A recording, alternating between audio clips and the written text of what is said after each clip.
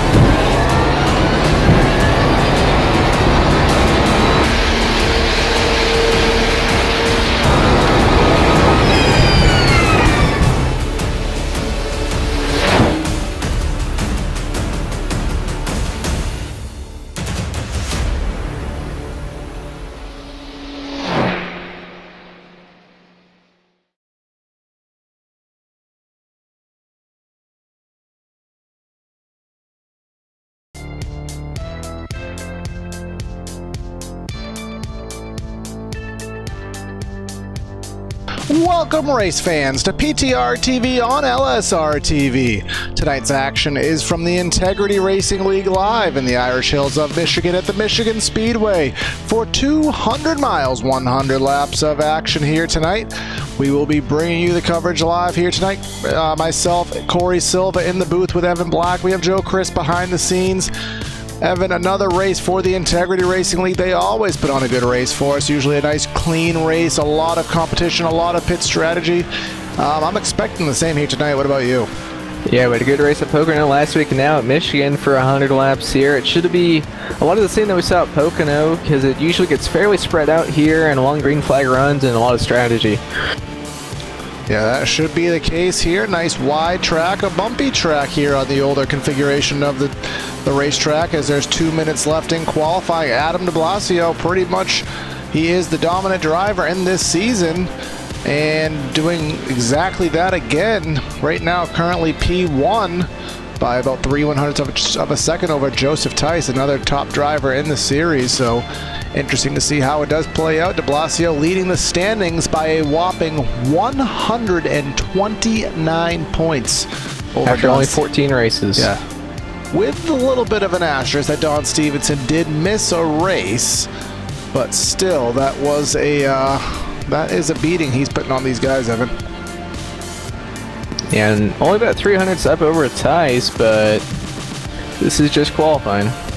Yep, they will have many challenges to deal with here tonight between tire wear and perhaps pit strategy with the fuel load, and seeing is it going to be better to run one extra stop? Is it going to be better to stretch the fuel load? That seems to be the general theme of how these races are going, so I will not be surprised to see it go either direction. There's 1 minute left here in qualifying. Let's see if there's anybody left on the racetrack. Looks like Justin Rowden in the 07. He is just crossing the stripe now. Gets himself into the 5th position here. Only a couple hundredths off of the pole, so a couple drivers still running their last lap here and getting themselves a qualifying time. Again, thanks to everybody for tuning in here to PTR TV on LSRTV for tonight's coverage of the Integrity Racing League every single Monday night, 9 o'clock Eastern. We follow the NASCAR Cup Series schedule, so tonight we are here at the Michigan Speedway, and correct me if I'm wrong, Evan, but I think we're going to be heading to a road course in a couple weeks. Yeah, next week we have an off week, and then after that we're going to Sonoma Raceway, which should be very interesting. Yep, road course Sonoma. Of the 2 road courses on the schedule, this is going to be more of a challenge than most drivers will be expecting, and that'll be a fun one to watch. But of course, another fun one here tonight in the Irish Hills of Michigan, and a couple more seconds here. Only other driver on track is Cody Smith, so we'll see what his lap is when he crosses the stripe, and looks like he didn't get to finish that lap because we are already down on pit road getting these drivers doubled up on the grid for the race. So let's bring to you the PTR TV starting lineup here from the Michigan Speedway. On the pole here tonight with a lap time of... Oops, that is the wrong graphic. My apologies. A lap time of 38.235. That is Adam de Blasio, Joseph Tice on the outside of the front row. In the 3rd spot, Guillermo Alvarez, Colton Landis in 4th. Then in 5th, Justin Rowden, Michael Duel in 6th, Don Stevenson in 7th, and then William Dunn in 8th. Evan. Jacob Fife rolling off in 9th. We have Todd Thomas to his outside, James Hudson in 11th, Cody Smith in 12th, Brandon Kirkland in 13th, Nick Terbush in 14th, Jay Heisman in 15th, and Neil Frolich in 16th, Corey. And 17th, Joseph Yates, Lee Pierce in the 18th position.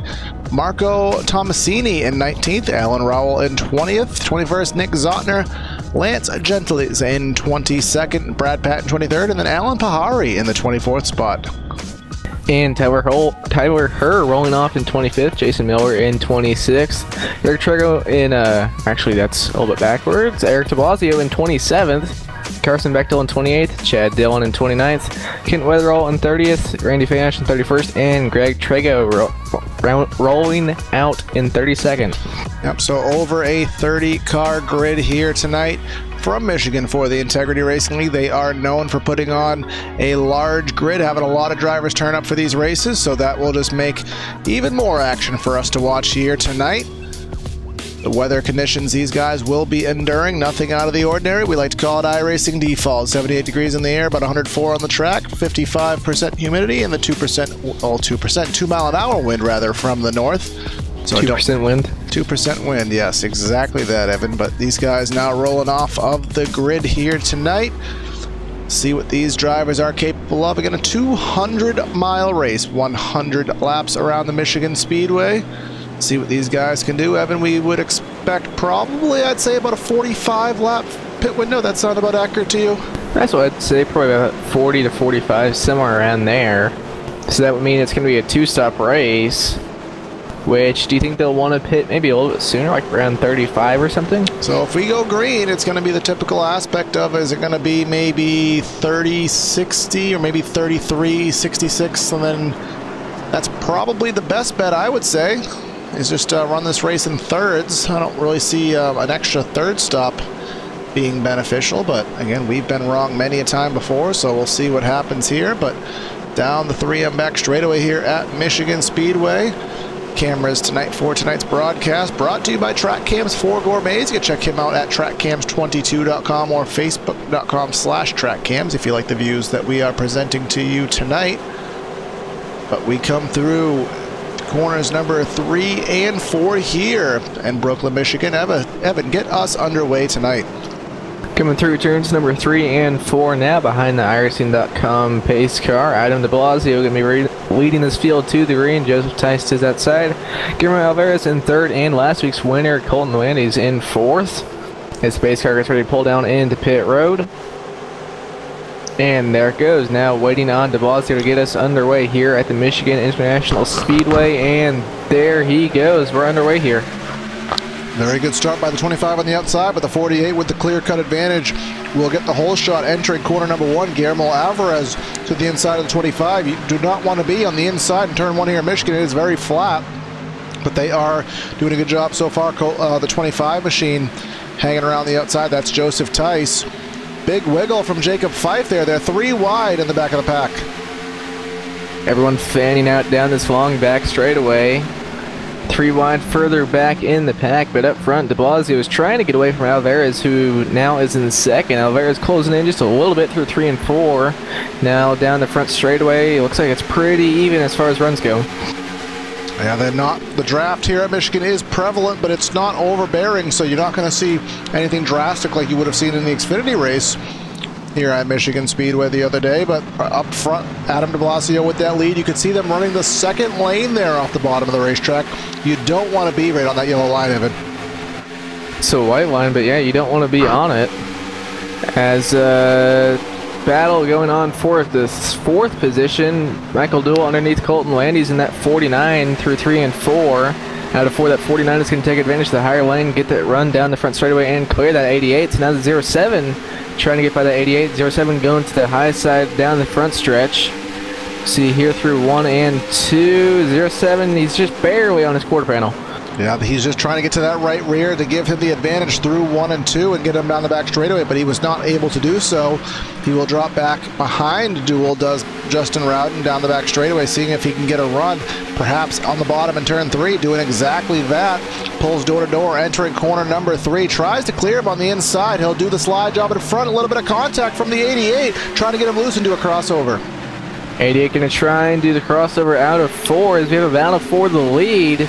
Guillermo Alvarez side by side with the 48 of de Blasio.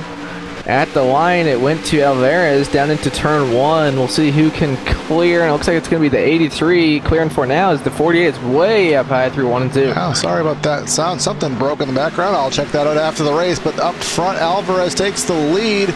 De Blasio in the 48 loses the momentum down the back straightaway. Here comes the 25 of Tice behind him, 49 of Landis behind him.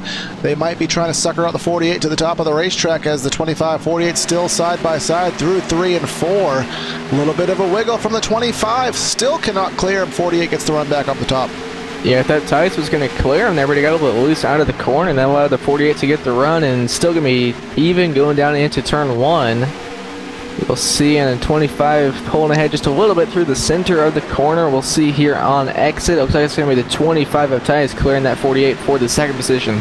Favorite driver in this situation right now is the 83. He is getting the advantage up by about a half second with all that battling. But now the 25 of Tice has cleared. Here comes the 49 of Landis. He had a little bit of a look, shoves it down in there. Corner number 3 underneath the 48 of Adam de Blasio. Don't think he's going to have the momentum there. He will not. Here comes the 07 of Rowden trying to sneak it around the outside. Snooker him down on the inside.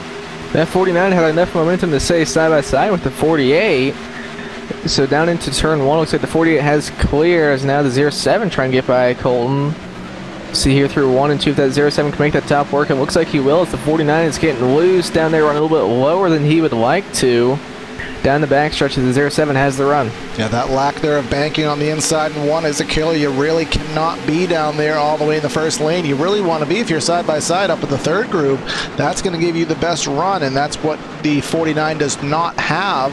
Rowden taking that away from him, still side by side off of 4 behind him.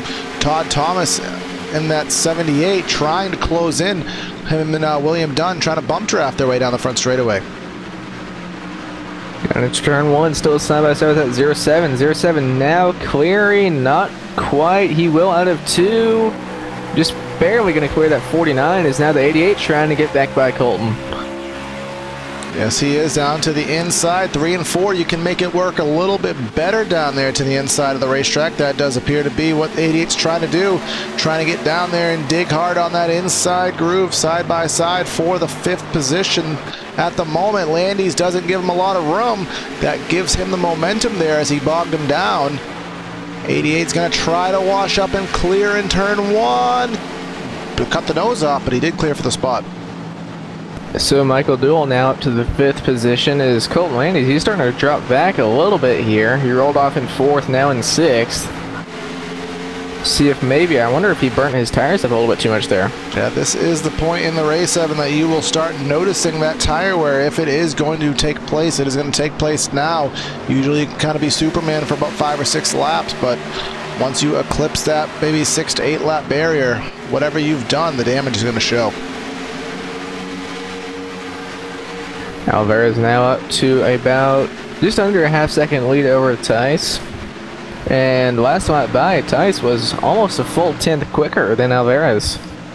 Yeah, 39.62 for Alvarez, 39.53 for Tice, so that is going to cut into that gap. He's already gone from about 4.5 tenths to about 3.5 tenths, so he is already making some headway on him. Again, we are completing lap number 9. You can already see that groove there forming in the second lane. The more that groove forms in the middle, the more these drivers will want to vary their line, maybe going up the track just a little bit, trying to find some more momentum and more grip. Got a good battle going back in 9th and 10th, or actually that battle just ended. Appears it was probably the 78 of Thomas, the 43 of Dunn, maybe the 49 of Don Stevenson. Those guys are door to door. As we go through the field and kind of show you what's going on, it seems everyone has gotten themselves into a little bit of a bubble. Everyone's kind of running their own pace right now. Goes all the way back to about 26th position where we start seeing battling. That's the 11 of Eric de Blasio. Hasn't had the same season his brother has had, but doing the best he can in that number 11 machine to the outside. 94 of Alan Rowell to his inside. And right behind him, Alan Pahari trying to get by. Eric de Blasio now clear that 94 as they go down into turn 1, side by side in front of them. So that's going to give this 11 a shot to maybe get a little bit closer, maybe get by at least one of those drivers. This is now Jason Miller and the 62 of Carson Bechtel side by side. And now Eric de Blasio to the outside of that 73, not quite going to be able to get to his quarter panel, but he was trying there down the back.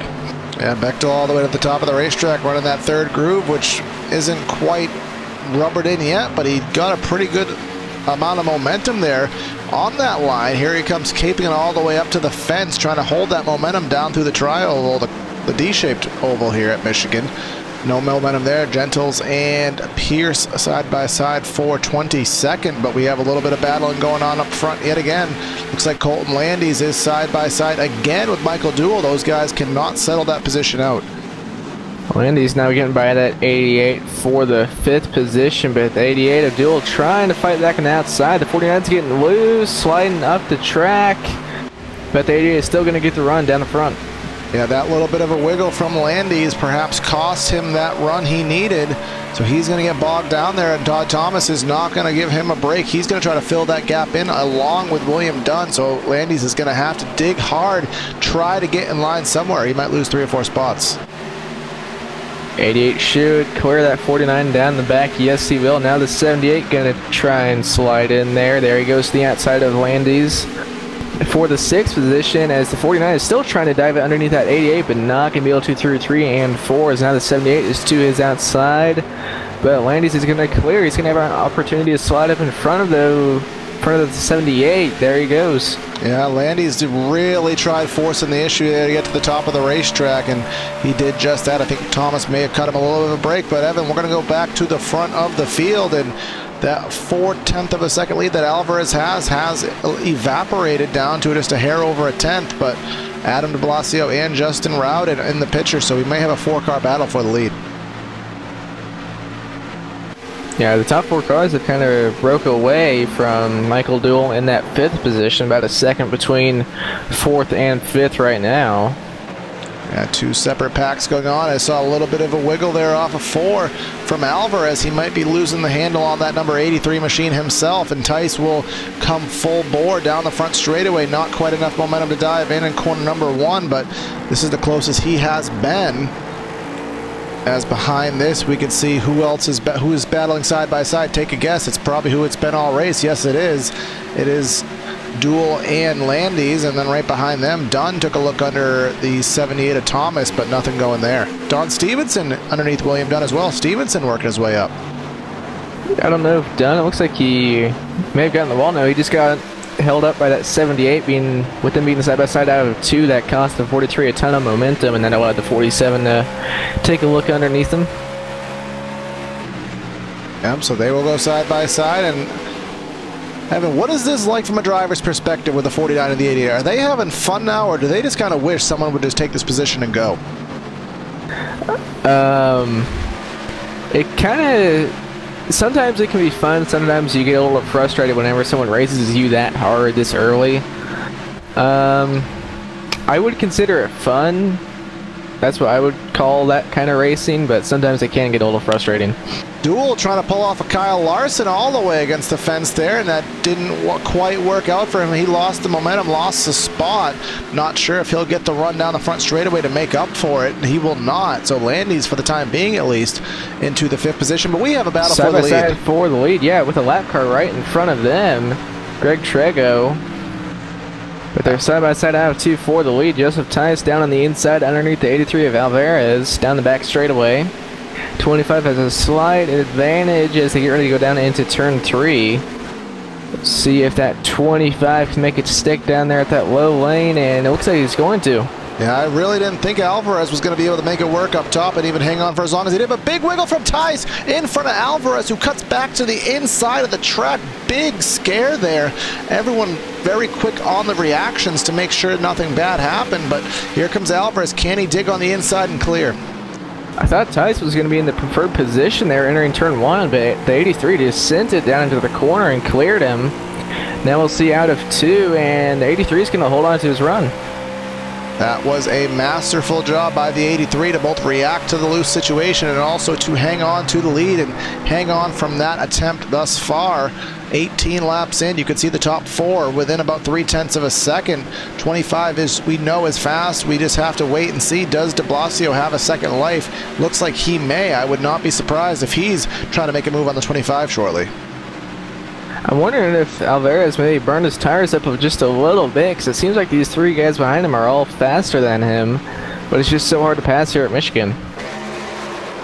Yeah, it's a 1-lane track, and it's not at the same time. You really have to run that inside groove, at least this early in the race, till it heats up and rubbers up. But here comes the 25. He had a good run off corner number 2 down the back straightaway, had some momentum, not enough to do anything with. Chooses to back off, and you can see the 83 washing up the track just a little bit. 25 holds that pretty wheel to the inside on the bottom of the racetrack, but still does not have the momentum, still wiggling off of 4.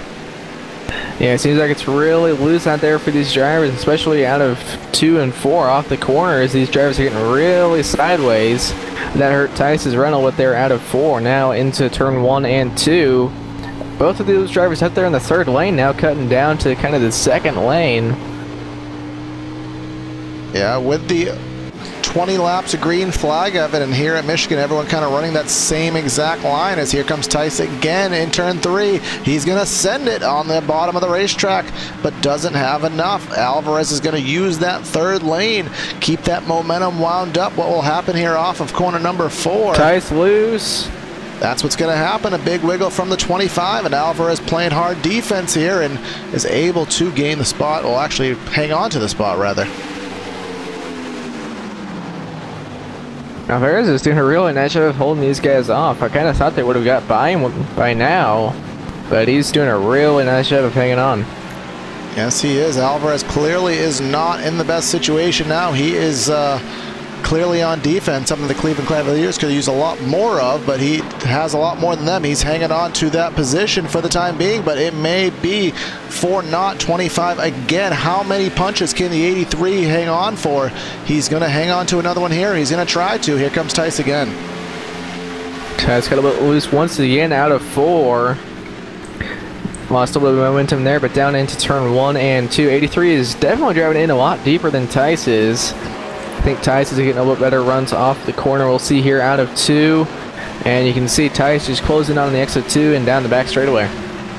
Yep, down the back straightaway they come, and something that's a surprise to me is the 48 of de Blasio. I thought he would use these battles to his advantage to maybe get another stab at second or maybe the lead, but he seems kind of complacent in third just to kind of wait for the leaders to sort that position out. See, Tice had a pretty good run through 3 and 4, got it down to about a half car length between those top two. See down into turn 1 and 2 what happens there. Is the 83 once again driving in a little bit deeper. I wonder if he maybe needs to back his corners up a little bit, but both those drivers running a little bit higher up there in the third lane. And Tice loose out of 2. That's going to allow the 48 to take a look underneath him. De Blasio, maybe this is the time. Maybe he has it now. He is doing his best. He took a little bit of a look. Rowden all the way to the top of the racetrack. Not sure if that was intentional or not, but he slides all the way up to the 4th groove against the fence. We'll see if he can get some momentum from that off of the corner and salvage it. Looks like he actually did. Maybe there's something up there. And here, look at him, 3 wide for second spot. Rowden got a huge run out of 4. Took it 3 wide there. Now to 2 wide with that 25 of Tice. See, is Rowden going to go at that high again? Not quite that high, but he is up there kind of in between the 3rd and 4th lane. Now bringing it down out of turn 2, and then once again getting a good run. He's going to probably clear the 25 down the backstretch. Yes, he will. Just barely. It's almost an unintentional mistake that worked out for him. If anything, for Rowden, just kind of sent it all up there, almost hit the fence, but held that momentum and has the run. And look at him again. He's going to try it again as here comes de Blasio going for the lead. Can Rowden get that mega run off of the corner? Yes, he did. He's going to almost pull side by side. Now side by side with the 48 of de Blasio. Rowden found something up there. Now it's just a matter of time to wait and see if whoever else finds it and if they can utilize it. Or 25 laps in, they've really worn in that bottom groove, so you're going to have to start finding your grip, especially as these tires wear off. And clearly the 07, he's the one that's found that grip, and it's up against the wall. Some other drivers are going to have to go find it. Now we'll see Rowden once again out there in the 4th lane through 3 and 4. It seems to really work through 3 and 4, but he's getting a bit loose. That's going to hurt him a little bit, but he's still got a good run. But he didn't lift. He had a big wiggle, stayed on the throttle, and he's trying to gain that last bit of momentum to close in on Alvarez as we are closing in onto what we believe to be a possible pit window in about 7 laps. So we'll see if these drivers do decide to pull it into pit road. You have a 4-car battle for the win. Colton Landis has gained possession of the 5th spot over Duel, has pulled away by maybe about a second or so. You can see 6th through 10th kind of scattered by about a couple car lengths in between, but still they are battling hard for these top 4 spots.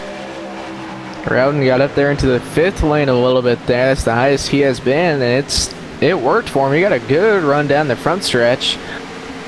Probably not going to be able to take a look in 1 and 2, but we'll see here as they go down into that corner. See up there, 4th lane once again, right on that seam, trying to free the car up just a little bit. See, now cutting down to the 3rd lane and out of 2. Who's going to get the run? It's the 07, but once again, not going to be able to take a look into 3. Yeah, not quite. Alvarez has the momentum there. He was able to fend off the run. As you said, Evan, that top is really working through 3 and 4. And look at Alvarez try it. He's going all the way up the track. That's the first time he's run it today. I don't think he's going to be able to maximize it on that first try, but clearly Rowden is able to because he's been running up there for quite a few laps now. Closes into within inches of the back bumper. Let's see what he can do through 1 and 2. He's going to drive it onto the bottom of the racetrack, side by side in turn 1. Rowden now back down to the 2nd lane there as Alvarez is up there in the 3rd lane out of 2. Alvarez is going to get the run, so 07 with a pretty big wiggle out of 2. He needs to keep running that top. Yeah, I don't think he's maximized the line through 1 and 2, but obviously in 3 and 4, that is his money side of the speedway. So you can see here from this camera, they are all running up there except for Tice, who's running right in that hot, darkened groove there, 2nd lane off the bottom. Everyone else has moved up. Here comes Rowden. He's going to do a high-low move and try to gain on the front straightaway, but still about 2/10 back. Didn't run as well that time as he had prior. But with these guys starting to move up the track and run higher, that's going to cool that 2nd lane back down. Yeah, it is. So maybe eventually we'll see them get back down to that lane. Yeah, it is the dynamic nature of the track here on iRacing, how it works. They're going to run the top, they're going to run the bottom, they're going to get that groove all hot and slick. They're going to move up the track, and the more they move up the track, that inside is going to have time to cool off and maybe get back a little bit of its life. So that's something to watch out for. And here comes a 07 running out of his wheelhouse right there in the bottom of the racetrack. Alvarez to the top, but he held the pretty wheel, hold the momentum, going to try to side draft for the lead. Rowden that second lane and works for him there once again. We'll see here through 1 and 2 now, as probably within about 5 laps of pit stops, 83 Valverde once again out there kind of in the 3rd and 4th lane. Rowden down in the 2nd lane out of 2. Who's going to get the run? Rowden got loose. That's going to give the run to Alvarez. Alvarez is still playing very aggressive defense here. He has not really made any erratic moves. He's just putting the car where he needs to put it to make it Rowden, de Blasio, and Tice's lives that much more difficult. Here comes another run from the 07. He's loose all over the place. He's going to get loose high. He's going to get loose slow. Looking all over the track, trying to make a groove up top. Rowden, and he's now to the outside of Alvarez. This might be the move for the lead. Down into 1 and 2 now. We'll see if that 07, can he get the run that he needs out of turn 2. He's going to try and look underneath him now. You got to run down the front, down off of corner number 2 and down the back straightaway. I don't know. This is not where he has been successful. He wants to be on the top of the track here in 3. Can he make the bottom work? He's going to slide up the track. Will he be able to clear? He will shut the door. Alvarez, he will get a little bit loose. Probably not have the momentum for a crossover. He will not. Lead change, Justin Rowden. Good move for Rowden there, because the 83 didn't even get too huge of a run from the top, so the 83 is not going to be able to fight back yet. The pits. So pit stops have begun. With all this battling going on, we have not been able to cover it, but Landy, Stevenson, Thomas, Kirkman, Hudson, Zotner, Pahari, Pierce, we've had a huge set of pit stops here as of lap number 32. So as we kind of called out that we would have some strategy going on, it seems that it has already came into play. So let's see when the leaders decide to come down. As Landy's getting his lap back. They've fallen off over 2.5 seconds, almost 3 seconds now. So every lap that they stay out there, they're losing 2.5 seconds to Landys and everyone else. Yeah, and we've seen Evan, we've seen, oh my God, and look at Don Stevenson to the outside here as he is on these fresh tires trying to pass all these drivers up front who are obviously not on the same set of rubber. So he will be back onto the lead lap, I do believe. Yes, he will. So they're not going to be able to catch many drivers a lap down because this track is long enough. And here comes Justin Rowden. He will come to pit road this time by a little bit loose on the entry. Oh, Rowden! Sideways through the grass. No, stay out of the wall, brother. He keeps it off the wall, but he will have a penalty. He did not make the commitment cone. So that's going to be a 15-second penalty for Rowden, but better to have a 15-second penalty than end up in the wall. Now we're going to go back on replay here and watch that botched pit entry from Rowden. See, he's running that second groove here, cutting it to the inside and just trying to get every last bit that he could, and just did not slow down enough and very close to not hit the pit wall there. But as you said, Evan, he has one car in one piece, but we'll just have to hope that something will happen to give him his lap back. 83 will be the leader. Here comes Adam de Blasio into pit lane.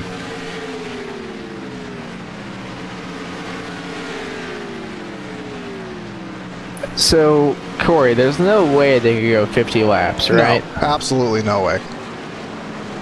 Back in the day, back in the day when we had 22-gallon fuel cells, yes. 18.5 fuel cell, absolutely not. So the question is, and we've seen this many a time, haven't we? Watch it. It appears to be week after week after week.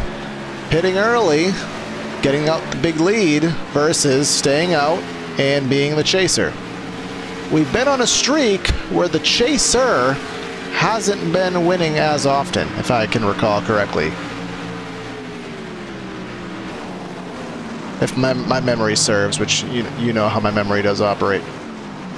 It doesn't.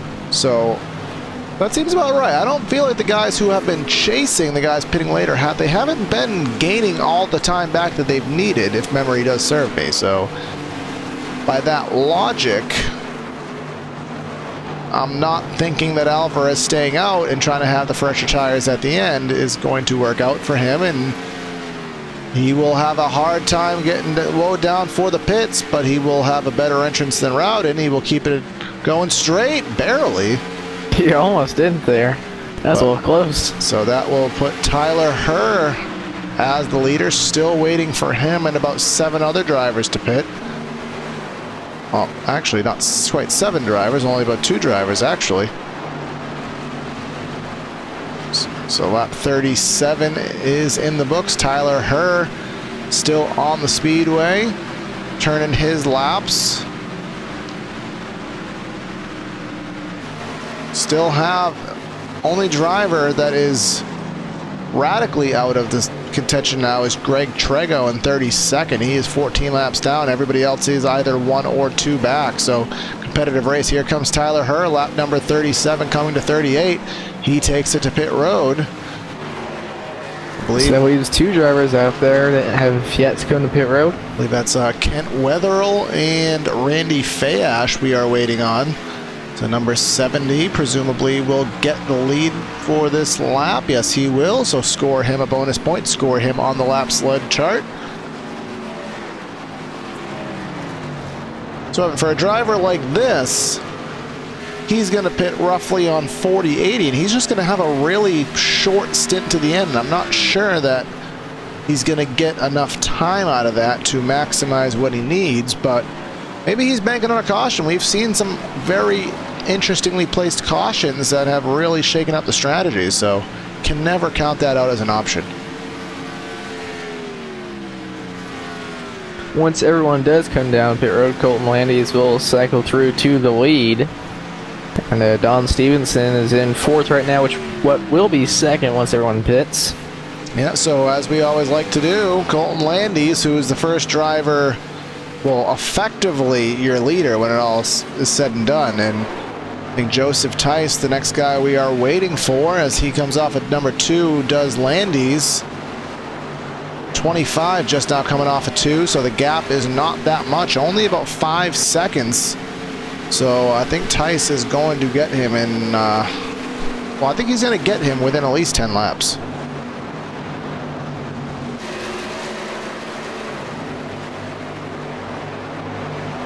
Caution. So we're... Go ahead. I'll say caution-free race thus far. Lap number 40. This race is just flying by. First set of green flags stops completing itself. Still just waiting for Randy Fayash in the 76, last driver to stay on the speedway, at least at the moment.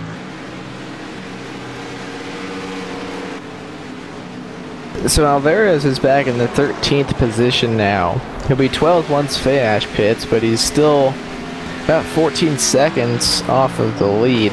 And all of that was because of those extra laps. What was it, about 8, maybe 6 laps, I believe, that he stayed on the track, losing about 2 seconds a lap. So that is the math right there. And the other driver, Justin Rowden, he is on the lead lap. However, now he is in 19th position. He will need about 19.5 seconds off the lead. Yeah, he will need a caution to get back in the race, but at least he is on the lead lap, so I think his speed alone should get him at least probably in the top 10, but he will not be going for this win without the help of that pace car. And here comes Fayash to pit road now. So Colton Landis is going to be the new leader here.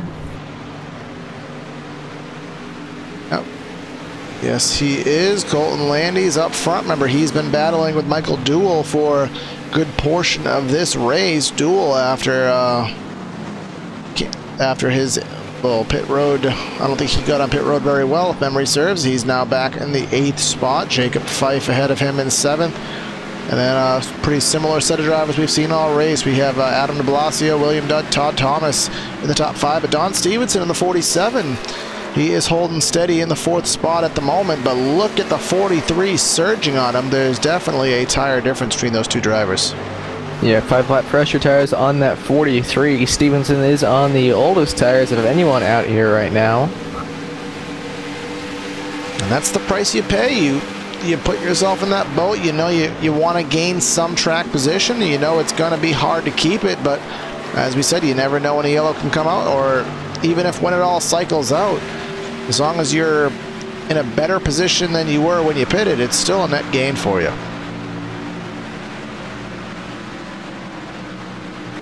So Tice, he's on 3-lap fresher tires than Landy's, and last time by he was about a little over a half second quicker.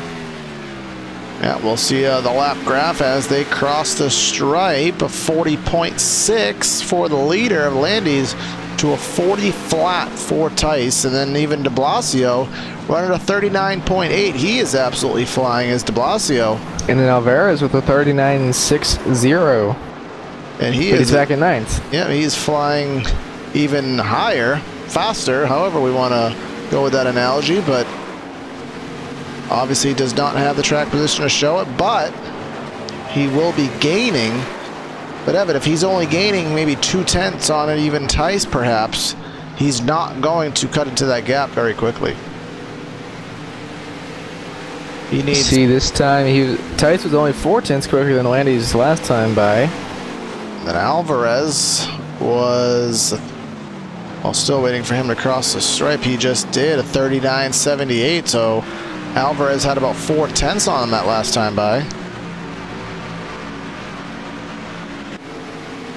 And then about 8/10 over Landy's.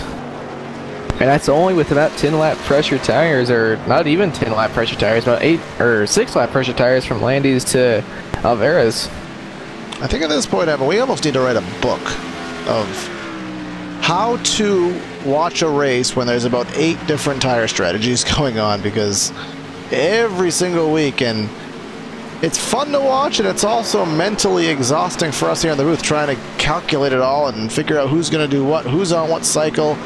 But just imagine, I mean, we know what it's like, Evan, in the driver's seat now. What is it like calculating this from the driver's seat, trying to figure out what's going to be the best call?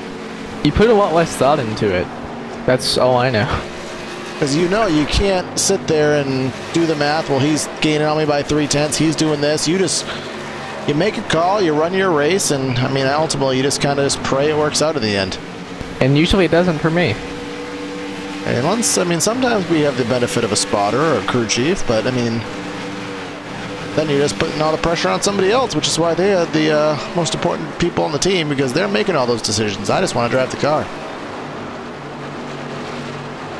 Go fast and turn left. And that is exactly what Alvarez is doing sometimes here.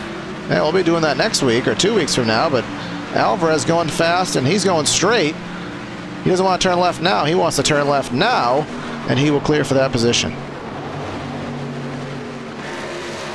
Alvarez now up to the 7th position. Yep, so he is trying to make the best out of that tire situation he's put himself in. Remember, he pitted at the tail end of the cycle of all the drivers up front. So he is now 6 seconds back, so he's cut 2 seconds off the gap, and up front, Landy's is now holding a 2-second gap over the 25 of Tice, who is now going to be in a heated battle with Adam de Blasio for that second position. De Blasio taking a look to the outside, trying to get to the right rear quarter panel of the 25. He won't do it quite yet, but he may have a run and try to pull off a crossover off of the corner. Wiggle from the 25 still, and here comes de Blasio to the inside. Gonna be side by side, just barely down the front stretch. 48 just barely at his door now, down into turn 1, 25. I don't know if you let him go or if that's just the difference in tires. But the 48 just sent it down there. I think he just let him go. He knows I don't have much right now to battle you with, so no point in holding us both up. The more they battle, the 25 and the 48, the more that it's going to bring the competition in for Tice. William Dunn, you can see him there about 4/10, well, about maybe 3 seconds back approximately. So he does not want to lose another spot, so see if he can hang on the draft. But lap number 49, we are taking lap number 50, so this is halfway here. This race is next time. Oh, we are on the halfway lap. We have yet to complete it. I was very specific to word it that way, Evan. But this will be the best time of all for a mid-race break because, well, it's mid-race. So let's just give you a quick rundown of what's going on right now, where your favorite driver may be running at halfway. Colton Landy's leading by 1.1 seconds over Adam de Blasio, who is in second. Joseph Tice is in third. William Dunn in fourth. Guillermo Alvarez and Jacob Fife are in fifth and sixth. That battle is going on live right now. Todd Thomas is in seventh. Don Stevenson dropping back to eighth. Michael Duel in ninth. Brandon Kirkman in 10th. Nick Turbich is currently running in 11th. James Hudson in 12th. Taylor Herr in 13th. Jason Miller in 14th. Eric de Blasio in 15th. Jay Eisman in 16th. Justin Rowden in 17th after his little pit road incident. Marco Tomasini in 18th. Nick Zotner in 19th. And Brad Patton in 20th. 21st, Lance Gentles. 22nd, Alan Pahari. 23rd is Carson Bechtel. 24th, Alan Rowell. Neil Frolich in 25th. Lee Pierce in 26th. Cody Smith in 27th. Last car on the lead lap, Chad Dillon in 28th. 1 lap down is Kent Wetherill. 1 lap down as well as Randy Fayette. Remember, they pitted absolute tail end of the pit strategy cycle. And then Joseph Yakes is 3 laps down in 31st. And Greg Trego, 15 laps down, chugging along shotgun on the field in 32nd. Got now down to under a second for the lead. Yep, it's under a half second now. Landy's sideways out of 4. It's going to give a huge run to that 40 of de Blasio, who may be able to get by him in turn 1. Yeah, that killed the gap. Here he comes with the send it move to the inside. Adam de Blasio will take the lead. Does Landis have any kind of crossover move in him? Not quite sure. He will not. So Adam de Blasio in that number 48, the points leader, up front for the first time, well, since the early stages of the race. And he is going to have the tire advantage over the 49, so he will be in position to pull away and probably get set up for his next pit stop. So now Joseph Tice going to try and get by that 49 of Landis.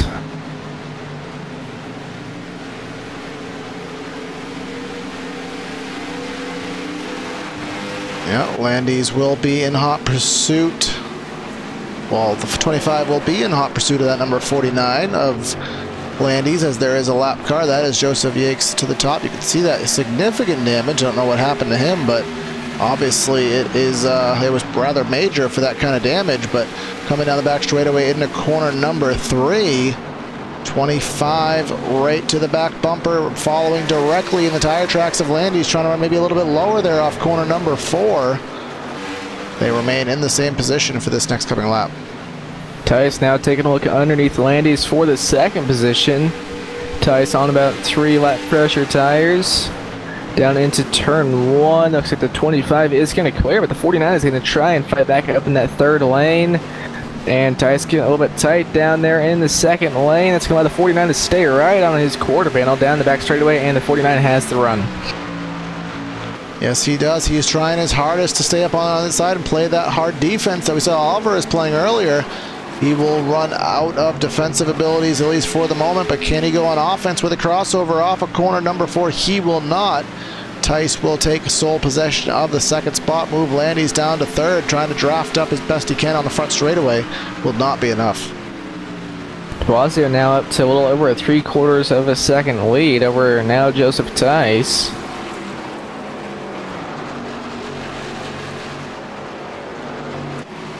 Alvarez now up to the 5th position, 3.9 seconds off the lead.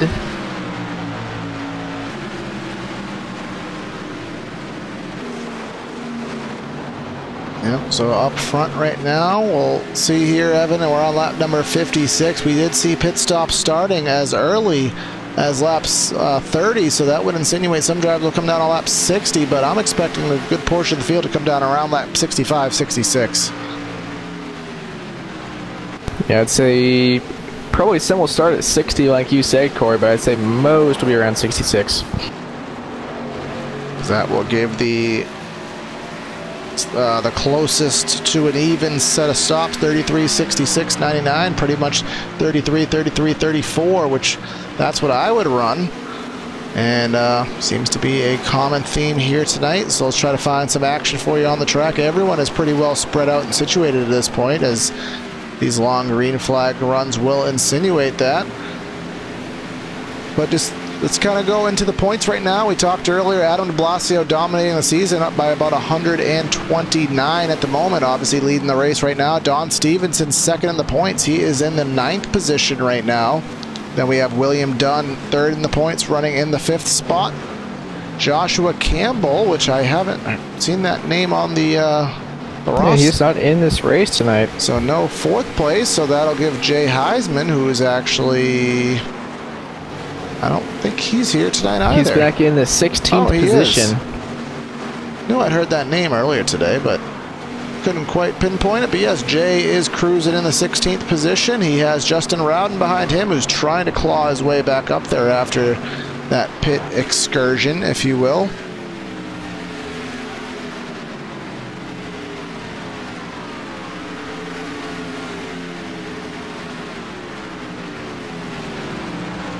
Alvarez has kind of stopped closing in on de Blasio.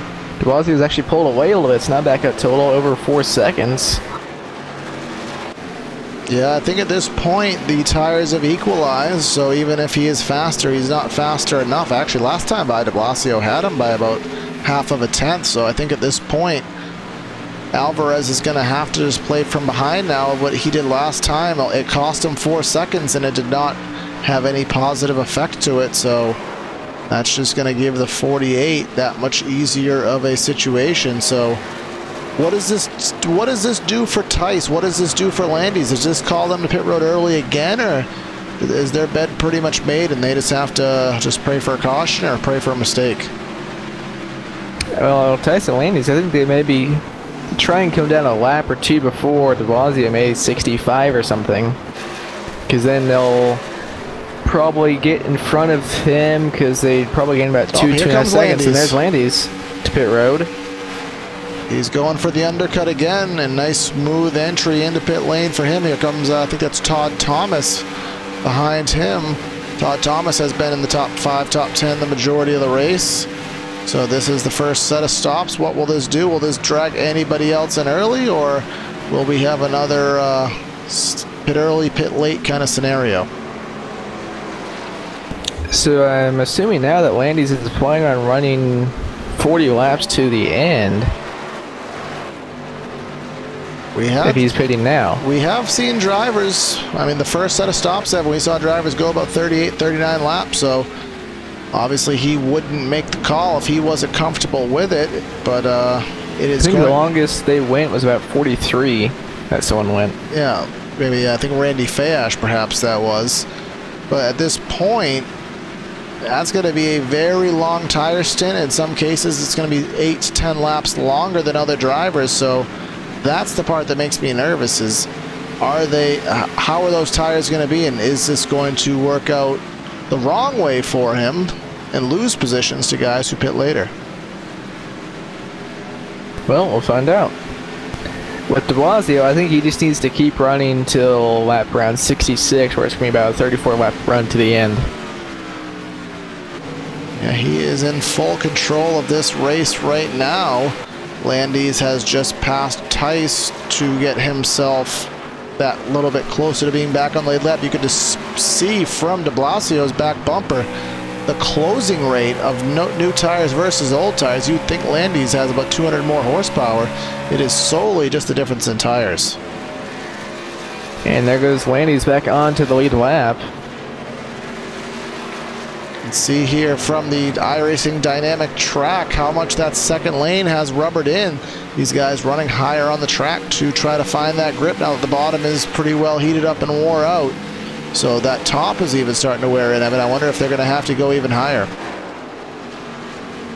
They're either going to have to go higher, or they might end up just coming back down a little bit to where de Blasio, right now he's back down in the second lane, so... Depending how they're driving, depending how the cars are driving, if they're on the tighter side, which I don't think is the case with how much wiggling we're seeing, they could try to straddle the bottom groove, the flatter groove to the inside against the white line, get those two left sides down there. That will make the car turn a little bit better if they're running tight.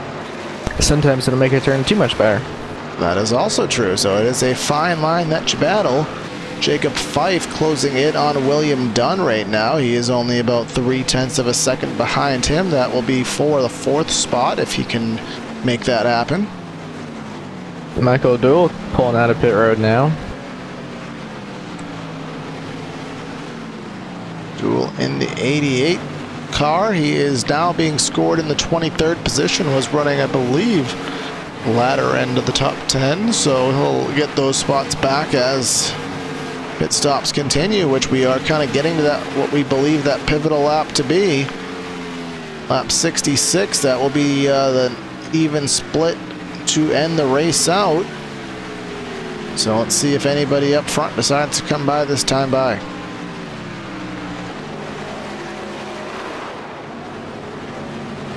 Couple lappers trying to get their laps back. Carson Bechtel as well as Todd Thomas. A little ways off of de Blasio, but they should get there here through 3 and 4. They got huge runs down the backstretch. Yes, they did. Bechtel on the 62, closing in on your leader. De Blasio running low on the track. This may be his pitting lap, and nope, he's going to keep it on the speedway. Anybody behind him want to come to pit road? The answer to that question, at least for the top 5 drivers, is no, much to my surprise. William Dunn come down pit road. He was in 4th. He was about 7 seconds behind, so depending when the top guys want to pit, he may be able to gain some time. He'll gain at least 3 seconds just by having those fresher tires for at least 1 lap. But Don Stevenson also going down pit road. He was in 5th, so pretty good run from him for how early he pitted. And Adam de Blasio will come to pit road this time by. This is the money stop. Cannot screw it up. Got to get it down. Got to nail it. Locks up the brakes, but I think he was okay. Joseph Tice, he did close in on him a little bit there. He did really push that entry as well. So this will give the lead back to Guillermo Alvarez, and given how that first strategy worked by staying out absolutely to the last possible second, not quite sure he's going to want to do that again. Greg Trego is the first and only driver so far to go behind the wall. He was about 15 laps down after missing the start of this race.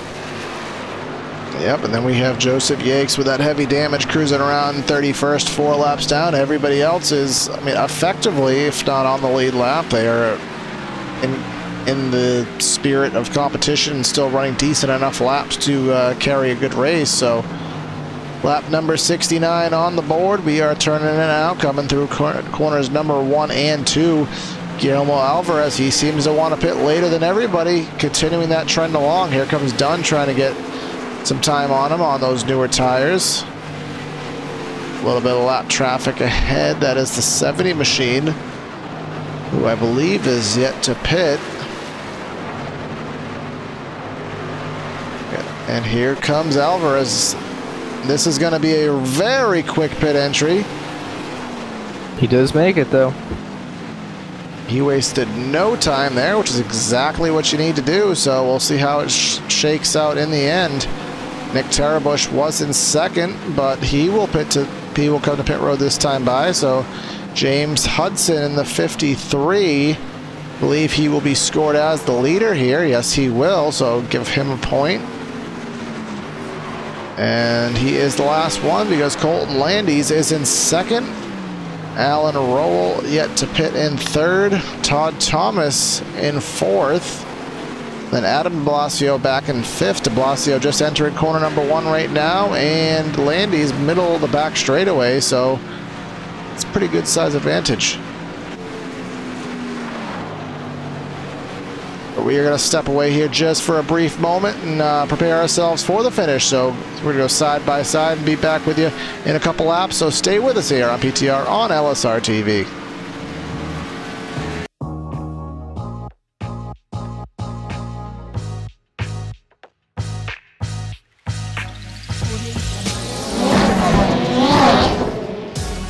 Red Bull GRCs are now available on iRacing. I personally put my blood, sweat, and tears into this thing, developing the cars, the tracks, the dirt, making sure it is authentic as possible, and I really think you guys are going to love it. The best part is that this 600 horsepower Volkswagen Beetle is free to all members. So get signed up now and come race me online.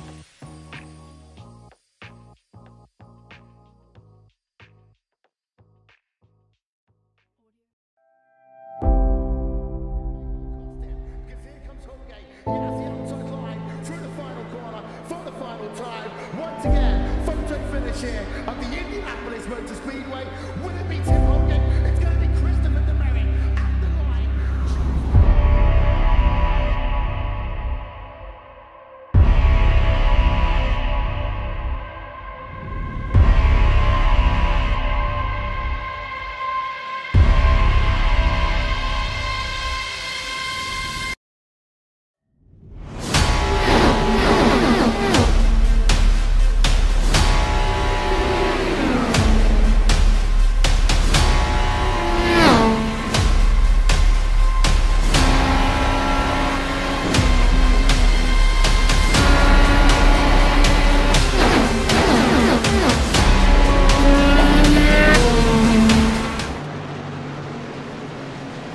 And caution on the speedway as we cut back from our side-by-side. First caution of the race, trying to see what happened. You can help me out, Evan, if you can see if any triggers there. The one of Brad Patton and the 87 of Joseph Yates on the front straightaway. Well, just got a snip of it there, so let's see what happened here. See, Yakes in the 87 is, I don't think he knew which way the one was going to go. The one committed to the top, but by the time that I think he was aware of that, there wasn't enough space for the one, and he didn't have time to change his direction. Yeah, I don't know if Yakes, he may have not saw Brad Patton. He might have just been thinking it's just a 83 of Alvarez behind him, and Alvarez went low, so I don't know if he just didn't see Brad Patton or what, but he just kind of drove him up into the wall a bit. I don't think it was intentional, but I just don't think he knew he was there. Yeah, I don't either, but what is it? What's going to happen? We had some strategy going on, and, well, means absolutely nothing right now. Because Colton Landis, who very well possible was going to get eaten alive on those older tires as the run progressed, but we're going to have a set of stops and all that going for naught. Everyone will be on the same set of tires, and we will see what happens on about a 23 lap run to the end. Nice little shootout. Here they all come down pit road. We were saying the last stop was the money stop. This is the real money stop. Well, we'll say it for the time being. Of course, we don't know if this is the last time on pit road tonight, so they want to get the positions that they can. I don't think we'll see any kind of two tires unless anybody who had just pitted wants to play some strategy. But exiting the pits, Landis will lose the lead to the 48 of Alvarez on the pit stop. 48 of Alvarez? 48 of de Blasio. I saw Alvarez on my monitor as well. But speaking of Alvarez, he stayed out. Oh no, he didn't. Oh yes, he did. 5 laps on those tires, as remember, Alvarez, he is one of the late pitters. He did it on the first stop, he did it on the second stop, so 5 laps on those tires. He will try his hardest to stay out and see what he can do from this position. Not sure where he was before the yellow, but with he was running in 11th, but he was still waiting for some drivers to come down pit road, I believe. Yeah, so he was maybe gonna shuffle out in 7th or 8th if he had waited and just pitted at the when everyone else did at the caution, or rather if he just pitted earlier. So I don't know what I'm trying to say, but effectively, do you think that he should have just pitted and maybe used his speed to try to just gain that time back, or do you think that this is going to work out for him? I don't think it's going to work, because we saw a pretty big fall off just from 1 or 2 laps, so I don't think it's going to work, but who knows, he might prove me wrong. Or we could get another caution. I mean, if there's any more than a 3-lap run, I think you're going to pull the whole field back down pit road. So as the race does go into its waning stages, and the aggression level most certainly is going to turn up, we may not have the final caution of the race quite yet, so we'll take that as a possibility. Did have, I believe, one driver try to stay out there and lead a lap. Didn't happen, so we pretty much have the running order that we expect right now. That's Guillermo Alvarez leading the race. We have Adam de Blasio in second, Colton Landis in third, Todd Thomas in fourth, Michael Duel back in fifth, where he was running for a good portion of the race, so he is back there. Three drivers taking, or go ahead, Corey. No, you go ahead, sir. I was going to say 3 drivers taking the waiver on James Hudson, Carson Bechtel, and Chad Dillon. Getting their laps back, and they should all be back on the lead lap. Yes, they will. Now, James Hudson won't be in that bad of a scenario. He only has 3 laps because he pitted at the tail end of the cycle, but Bechtel and Dillon on double-digit lap old tires, so they will really be hoping for a quick caution.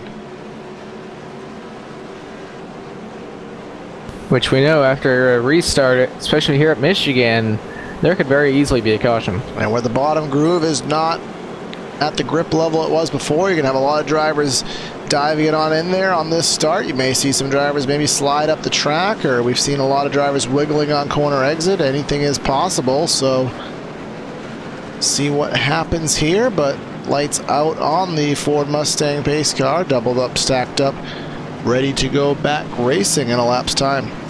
Going to be a 23 lap shootout here at Michigan, which is exactly what you said it'd probably be, Corey. If you remember that.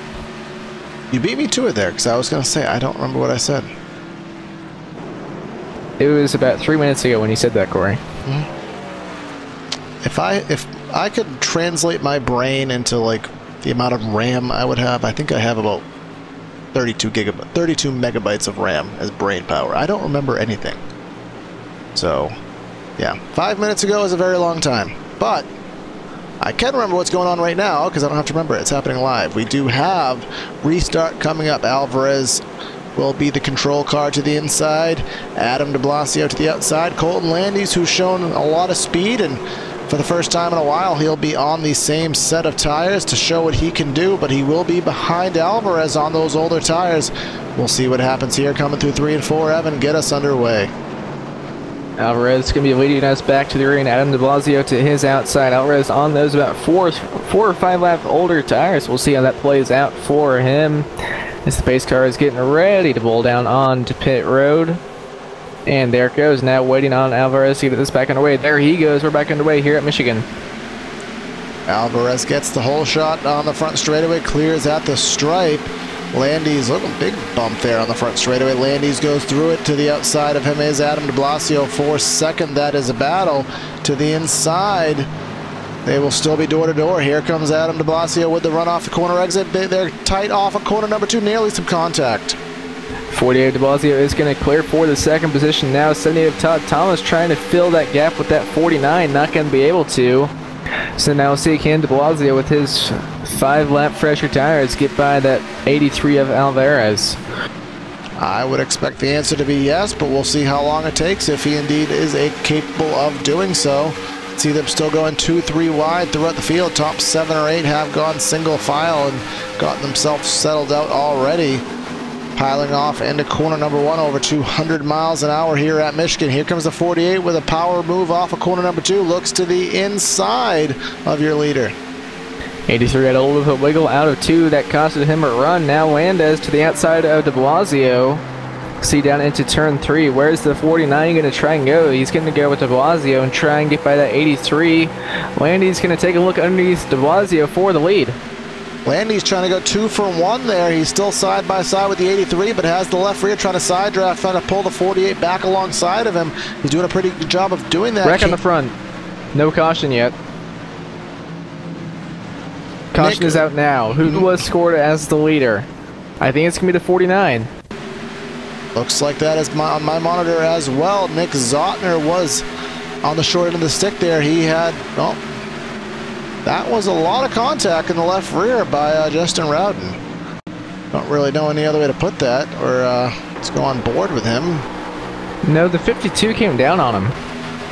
Rowden was down there, and the 52 just came down, and then I don't think the 07 was very happy with that afterwards. Yeah, there was initial contact there, and I think, as you said, Evan, I don't think after the initial contact was made that he chose to play nice. So maybe the 52 expected him to go down onto the apron, but If he didn't want to, he didn't have to, and, well, you could tell he didn't. So it looks like Landis has been scored as the leader. So now we'll see. They ran probably about 5 laps there, or 3 or 4 laps. Will they come to pit road? I mean, definitely, maybe. If you're Alvarez, I don't think you have a choice because you already have that extra heat cycle. You have those extra 5 laps. You've already dropped back to 4th. Well, Alvarez, he has to do what these guys do because he cannot go back to 27th. Yeah, all those drivers on the lead lap. This is what these are the money calls these guys have to make, and Landis will get snookered out. Actually, I'm going to turn that around. I think de Blasio and Thomas. 6, 7 guys staying out, it looks like. De Blasio, Thomas, Duel, Jason Miller, William Dunn, Brad Patton, and Marco Tomasini. So that's 7 drivers to pit road. Everybody else to the attention of their crews.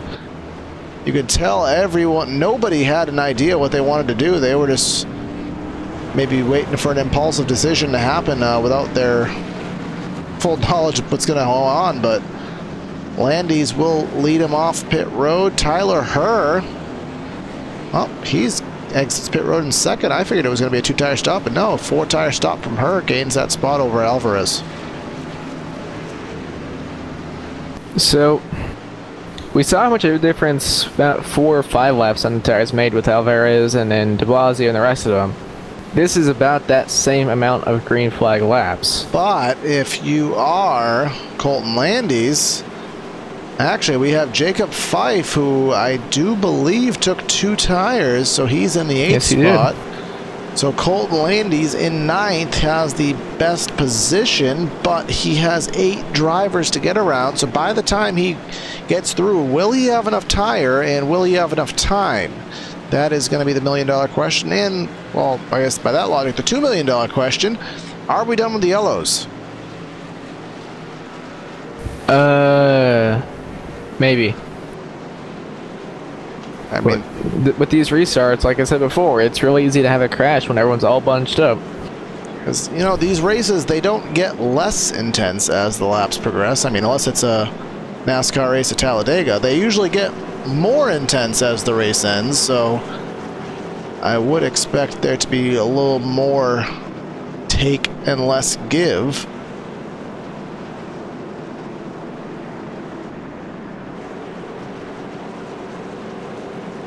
I mean, we all love watching a race at Talladega and seeing drivers go 3 wide on lap 2, and then when it's the battle for the win, let's all stay in line. But I don't think that's going to happen tonight. So 48 has, of the drivers up front right now, 48 has the speed. I don't see anybody in the top 5 that can compete with him on speed. So if he can get a good enough start, I think he will pull away. But how big of a gap can he get before those tires clear the competition? I don't think the guys that pitted will be able to get up to them unless there's another caution. By the time Landis perhaps gets to second, he wants a caution, probably. He will probably be at least 4 seconds behind at that point, and that's probably being generous. So 4 seconds, and maybe we'll give him the benefit of 6 or 7 laps to get up there. 4 seconds and 10 laps. I'm not putting money on that bet. Well, Corey, something we have to think about is a lot of the guys at the tail end that stayed out, like 6th on back or so, I guess 5th on, or yeah, I guess 6th on back. A lot of those drivers haven't been this far up the field, so they're going to be a little bit slower.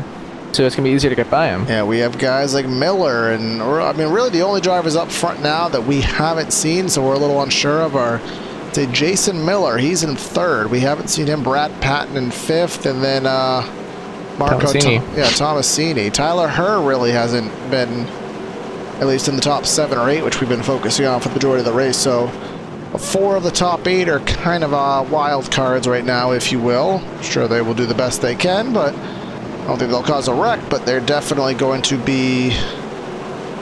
Well, let's just see. The guys haven't been racing around them all race to know what they are capable of. But that's what makes these races exciting, and Adam de Blasio will choose the outside lane here. So he will start this race from the top of the racetrack. Todd Thomas to the inside. Row 2 is Michael Duel and Jason Miller.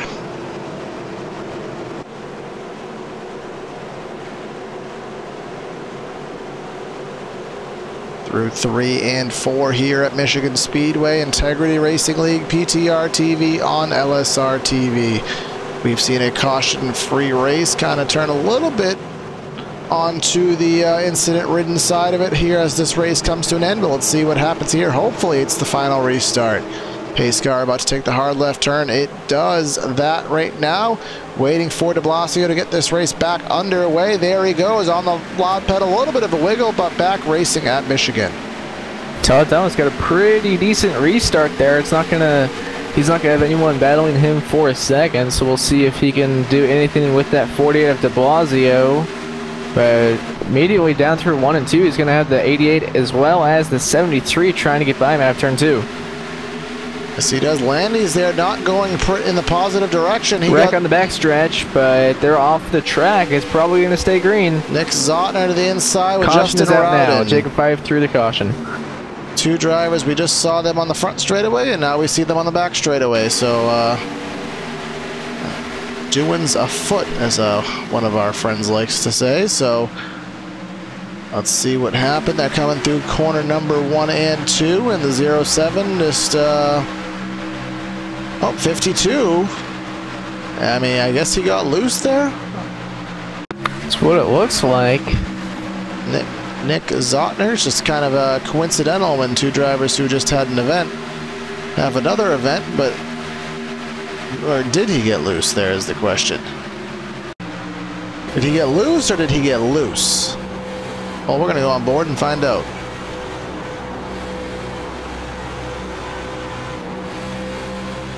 No, he got loose.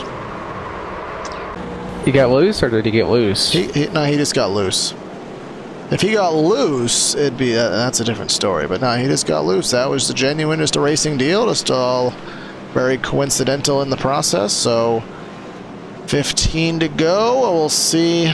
I mean, we didn't even take the stickers off the tires, and guys who were up front, I mean, it really didn't count for anything. So everybody will stay on the racetrack. So we'll take this opportunity to step away and go to a side-by-side break. We'll be back with you for the restart here on PTR TV on LSR TV. So stay with us.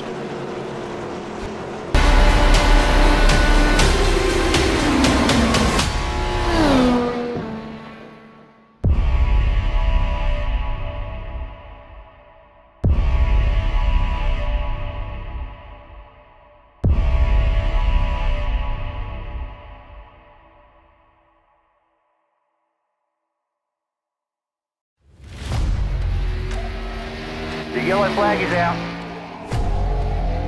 Pit road is now open. Keep your eye on those gauges. We'll give you 4 tyres. 3, 2, 1, now.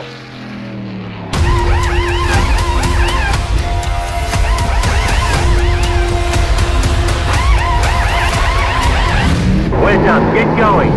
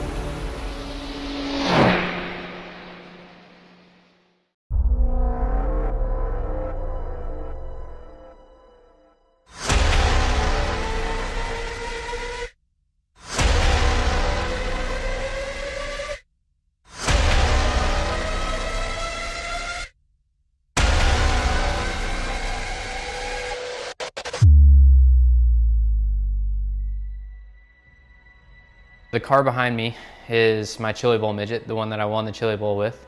And what's interesting about that is it's actually the car that iRacing scanned that's going to be available to all the iRacing members out there.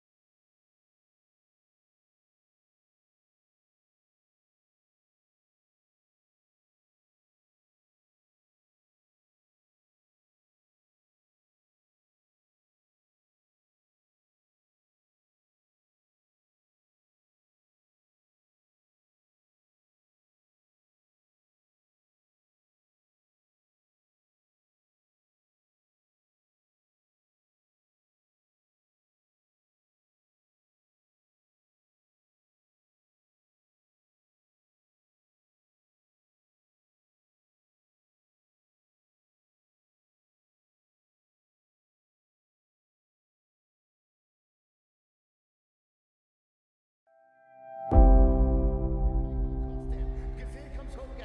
He has the outside line through the final corner for the final time. Once again, photo finish here of the Indianapolis.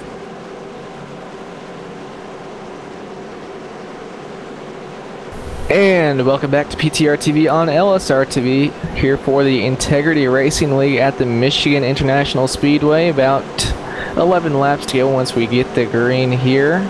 Adam de Blasio leading and Todd Thomas in second. Corey, who's your pick? I don't know. So it won't be boring going to Blasio, but we'll see what happens here. Coming off of 3 and 4, taking 11 laps to go. Are we done with cautions? Is it going to go green to the end?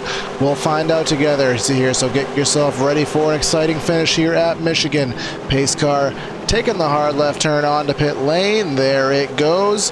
De Blasio will get the race underway from the outside groove. On the lap pedal, gets a huge jump over third place.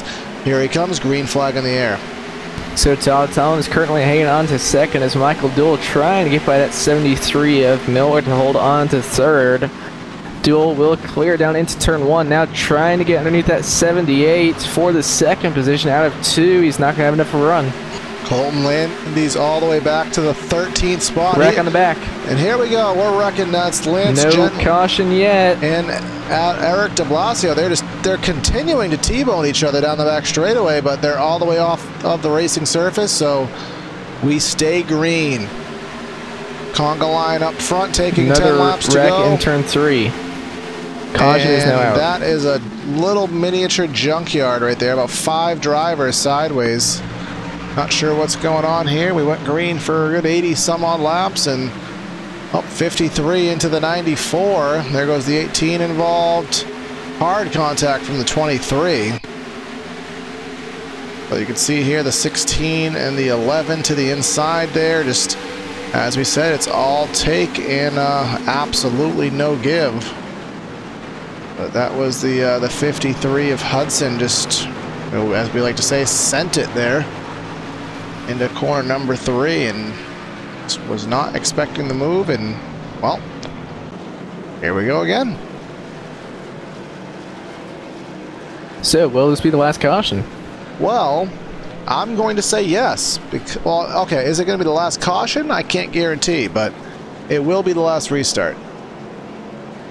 Because at this point we'll go green most likely with 6 to go, which that is effectively the cutoff lap.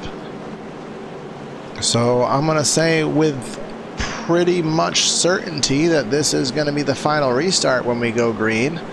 Colton Landy's back to 14th. So remember, he was the first one on fresh tires, but has been able to do absolutely nothing with it. See some damage there. It's hard to pass him when you're going 70 miles an hour. But even on those 2 laps or so we did run, between both sets of stops, well, both sets of restarts, he just kind of must have been shuffled on the wrong groove, or just maybe just took a little conservative, got stuck behind someone and had to back off, whatever the situation was. Hasn't moved up. Jacob Fife, he is still the highest of actually, I'm going to take that back. Tyler Herr, highest of the drivers who have pitted. He's in the 7th spot.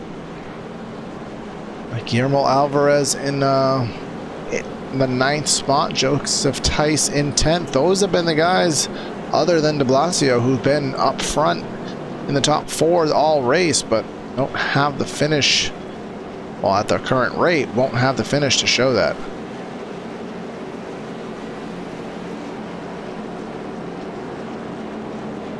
Miller, Pett, and Herr all putting together a good run. They all started outside the top 20 and all up inside the top 7.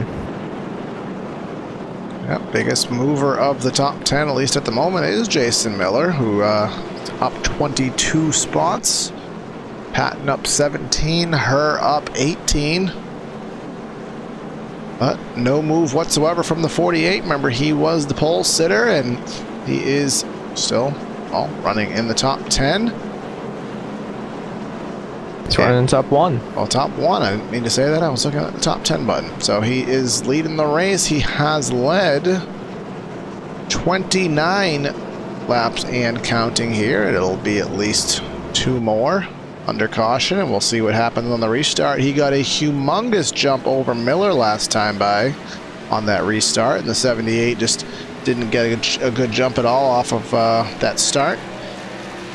So it'll be Michael Duel, assuming the 48 does take the top of the racetrack again. It'll be Duel behind him up top, so see if Duel can maybe stay and raid that 48's back bumper a little better and see if he can stay with him there on that start. Duel is in 3rd, so he's going to be on the inside. See, this is why when the leader takes the wrong line, it confuses me. But Miller will be behind de Blasio so Miller, if he takes the top again. Yes, but Miller, as I was trying to say, but just got it wrong again, Miller was behind de Blasio last time by, and he just was not ready at all. So will we have that same occurrence again?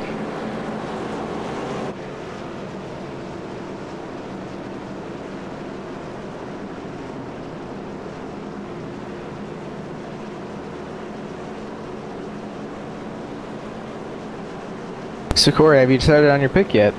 I mean, at this point, I was going with Landis to get through the field, but that's clearly not happening. So, I mean, for the sake of having any accuracy to it, I have to pick the 48. I'm going to go with that 88 of Michael Duel. Well, we're going to have one more pace lap, get this race underway, and we'll see which one of us has guessed right, or if someone else will sneak it out here. Will we finish the race under caution? Will we be able to finish these last 6 laps under green? That is what we will ask ourselves. Hopefully, we will run it under green. This is our 4th caution of the race. 14 laps. It'll be 15 after this. 17 lead changes tonight here at Michigan, mostly due to green flag stops we had on the earlier stages of the race. But yellow flag fever has taken over here about the last 20 laps, but still have the majority of the field on the racetrack. Still have 30 drivers on the lap, 20 on the lead lap. 30 drivers on the track, 28 on the lead lap. So you still have a huge field here behind the pace car.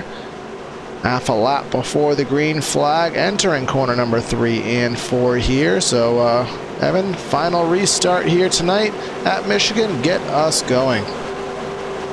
Coming into turn 3 and 4 now, Adam de Blasio once again going to be leading us back to the green. Todd Thomas to his inside. Michael Duel in 3rd and Jason Miller in 4th. As they come out of turn number 4 and now waiting for the pace car to make that hard left turn down onto pit road. On the front straightaway now, and the pace car is now on pit road, and de Blasio's on the throttle, and Miller did not get going at all. Second time Miller has absolutely botched the start there. That's going to hold up everybody, and it's going to give Todd Thomas about a 3/10 gap interval. He's going to have to eat up to get back to de Blasio's back bumper. But look at this gaggle of cars here behind Miller. 43, 119, 3 wide off corner number 2. 36 of 5 with his fresher, 2 tires, 19 around. Tyler Herr. That should be the race. Yep, that was another caution here at Michigan. We'll see what happened through corners number 1 and 2. 19 was to the inside. 19 had a wiggle.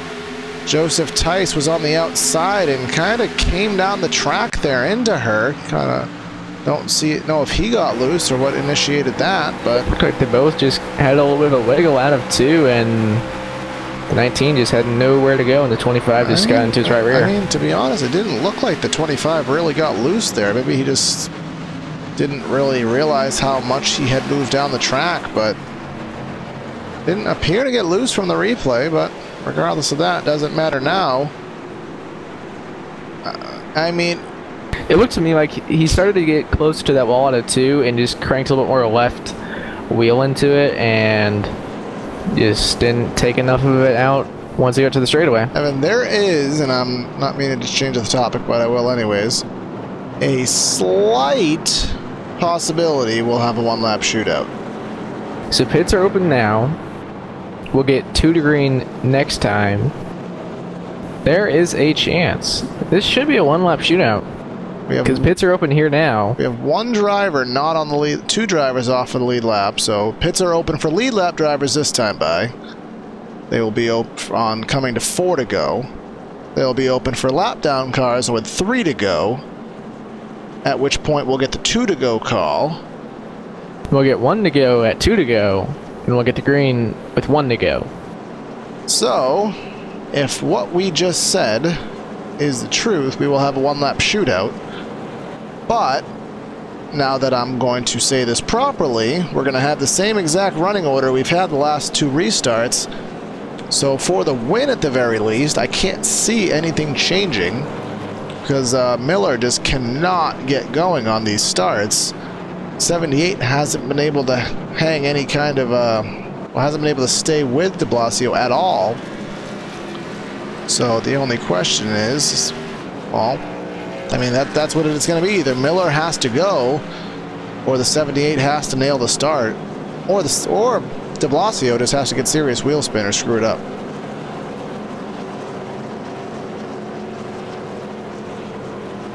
I don't know if any of those 3 situations is going to happen, but that's of course given the fact that we do get this race back underway. Which we should. Because we should be going to 2 to green this time.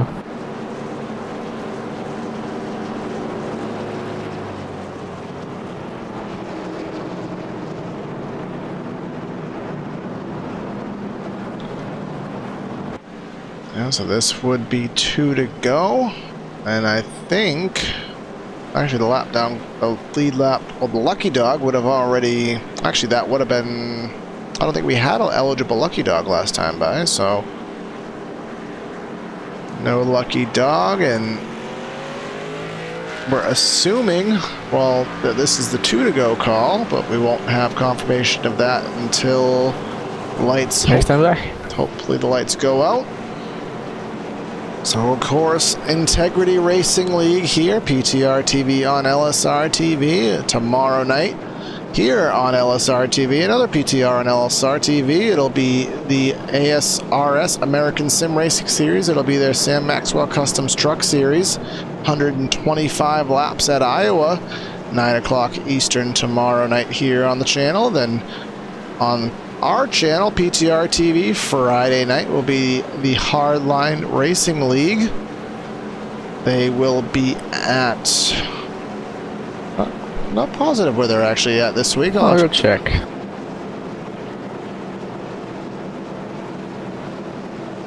They are at...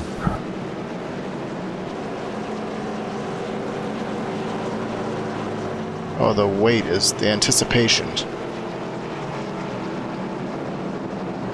They were at Iowa last week, but Hardline Racing League 9:30 Eastern on PTR TV on Friday night. Charlotte Motor Speedway. For 133 laps. Yep, so that is Friday night on PTR TV. So that is the coverage that we will be bringing you. And then, of course, you want to stay tuned for everything that you are used to here on LSR TV. Do you like and check out both channels and don't miss one any Lap of Shootout. the action. And as Evan just said, lights out on the pace car. It'll be a green and white restart here, and then 2 miles from the checker. And as long as they can make it until the start finish line before wrecking, once we take the white, the caution is done for the race. They will race it back. So is there any chance that de Blasio does not win this race? I mean, there's a chance. There's also a chance that Matt DiBenedetto is going to win next week, so not likely, but there's a chance. Well, if he wins next week, that'd be impressive because they're not racing next week. See, those are the odds, Evan. Those are the odds. But, I mean, like we said, the 78 is going to have to nail this, or just he's going to have to nail it. He has not nailed it on the inside. The 73 is going to have to nail it from behind and get the jump and stay right on his back bumper. He hasn't done that at all. So the 48 just has to not screw it up, not get wheel spin, not get sideways, and it should be his. But here we go. Let's find out together.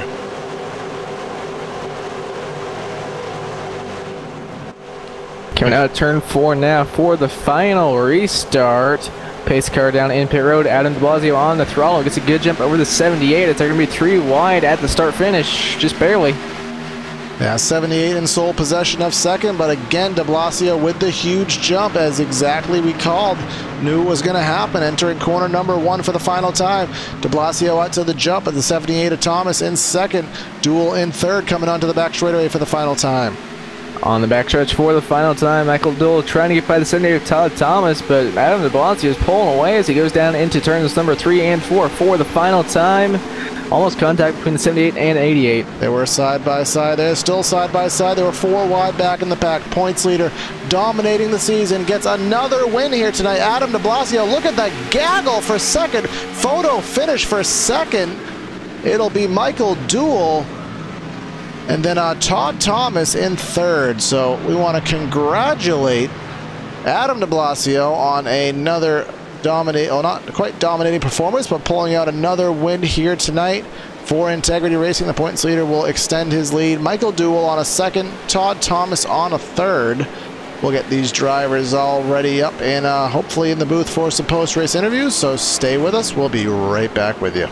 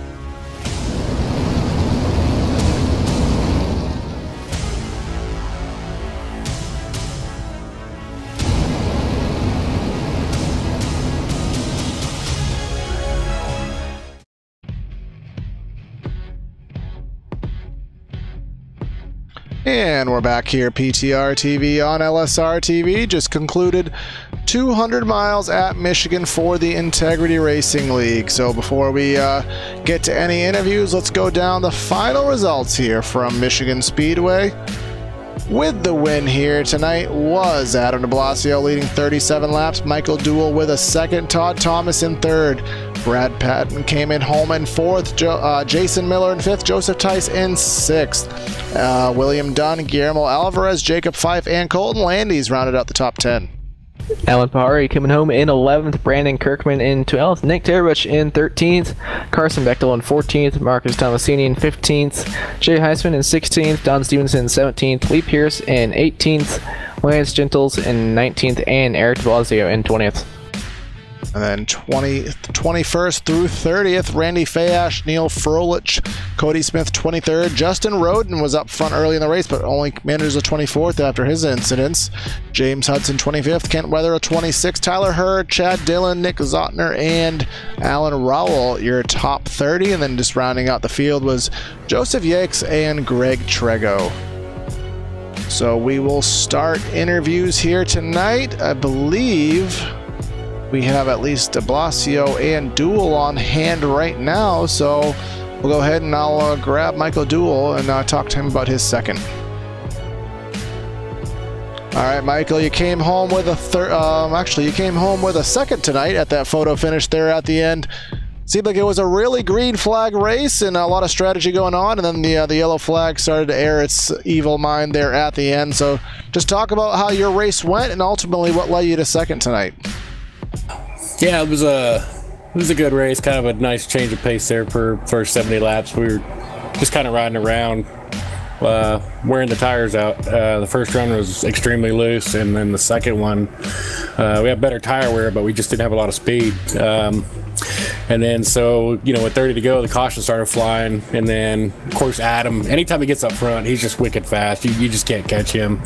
So from there, it was kind of a race to second, and I really needed something to go my way to get around Todd, and luckily, coming out 2, I got a really good run, and then we were just able to throw it in a 3 and 4 and drag race from the line, so pretty happy about that. Yeah, it seemed like those last couple restarts, you had Thomas to the inside, you had, I think it was Jason up there on top. It didn't seem like either of them could really get going to stay with the 48. Was that holding you back at all? Do you think if there was a little bit better restarts that maybe you could have pulled something off? Again, I don't know about Adam because, like I said, anytime he gets in the clean air, he's gone. As far as the restarts getting around Todd, I was catching him going into 1 on the restarts, but I had to kind of check myself so I didn't dump him. But I think if it would have went a couple of laps more on the green, I probably would have caught him. And then I think the only one behind me I was really worried about was maybe Fife. He had new tires. Patton was right there behind us too. He was getting good starts, but you know, all in all, it's good points. I'll take second over 30th anytime. Yeah, no doubt about that, man. Second's never anything to frown about. So who do you want to give a shout out to tonight for your second place? Yeah, just thanks to everybody for watching. You guys do a great job. I love watching y'all's races the day after. So I'll be checking this out tomorrow, and then thank all my teammates at 2 Degree Motorsports. Check us out on Facebook, and then thanks to Integrity and Jacob and all those guys for putting on a great show. All right, thanks again for talking to us. Congrats on the second, and looks like you guys will be tackling the road course, so we'll catch you guys in a couple weeks there. I appreciate it. Thanks. Now, we do not have third place, which is why we skipped over that, but we do have your winner, Adam de Blasio, and Evan has caught up with him. So, Adam, you continue your dominance here at the Michigan International Speedway. What are your thoughts after tonight's race? Glad to be back in victory lane. It's been a while. I've been finishing top 5 after top 5 after top 5, and caution came out, and I'm like, oh boy, is it going to be the same song but different verse? But found a way to pull it off tonight, and I'm happy about that. Yeah, you've only had 1 finish outside the top 10 and only 2 finishes outside the top 5, so this season has been really good for you. Did you kind of expect that coming into the season? To be honest, absolutely not. Last year, I had a good season, and you would have races where you would wreck out or have issues and stuff, or I would, and to be honest, I'm happy that my season's going the way it is right now. It's been fun. Hopefully I'm not peaking at the wrong time. I hope I can continue this since we just started the summer stretch. Hopefully it continues over the summer stretch and then into the playoffs. Yeah, in a couple of weeks we have Sonoma coming up. That's completely different than anything we've raced on so far. Do you think you'll have a good shot to keep up your dominance there? Sonoma is my second favorite NASCAR track we go to, only behind Darlington. Those two tracks are very unique, and I absolutely love those two. If there was a league that did Sonoma, Darlington, off and on, just rotate those two tracks, I would love that league a lot. Sonoma is my favorite road course, even though I'm from Vermont and I go to Watkins Glen. I enjoy going to the track, but I'm not really so up going to Watkins Glen when I race there as much as I am for Sonoma. All right, well, is there anyone you would like to thank or shout out to after your win here tonight at Michigan? Yes, I want to thank Jacob Fife for putting on this league, you guys for broadcasting the race. First half of the race with our battling, or first third or whatever it was, I'm sure it was very entertaining with watching myself, Rowden, Tice, and Guillermo up in front. That was definitely very entertaining. Hopefully you guys enjoyed it. I want to thank my Rapolo brother teammates, Joseph Tice, Trevor Rapolo, my brother Eric de Blasio, Carl Shedd, Bruce Ackerman. Brad Patton was in our Discord channel this time. He was fun to hang out with. I want to thank my Fourth Gear Gaming teammates as well, especially Todd Thomas. Him and I, we were bouncing off from ideas for the restart, and I